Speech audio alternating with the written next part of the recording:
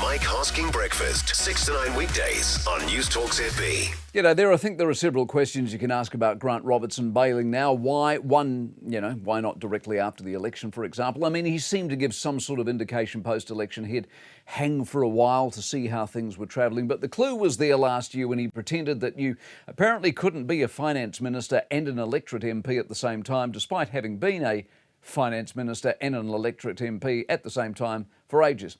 I've watched him this year at question time in the Parliament. He's fired a couple of probing inquiries to Nicola Willis, but the gusto, the wit, the energy, the joie de vivre is well and truly gone. In fact, the air has gone out of the tyres of the whole Labor Party as far as I can work out. They look flat, bored, bewildered, and with 8 press releases so far this year and a poll that has Hipkins dropping 10 points in preferred Prime Minister, they look completely lost. I mean, some of which is to be expected. They got hammered, they got rejected, they got a message over an approach to life I suspect came as a genuine shock to some of the more bewildered among them.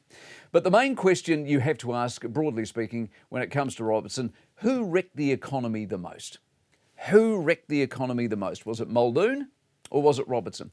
As much as National are playing to the crowd over what they've been left with, it's actually real. In some cases, it's actually dangerous. This country is in a number of fiscal areas in a really, really, really bad state. And that is on the former finance minister. His co-conspirator, Mr. Dern, you will note, is long gone, never to be questioned again. So in that respect, I suppose you could say he deserves an element of credit for at least hanging around the place to watch the outworkings of the election. But politicians are measured in legacy and records. The ultimate aim, of course, is to leave the place better than you found it.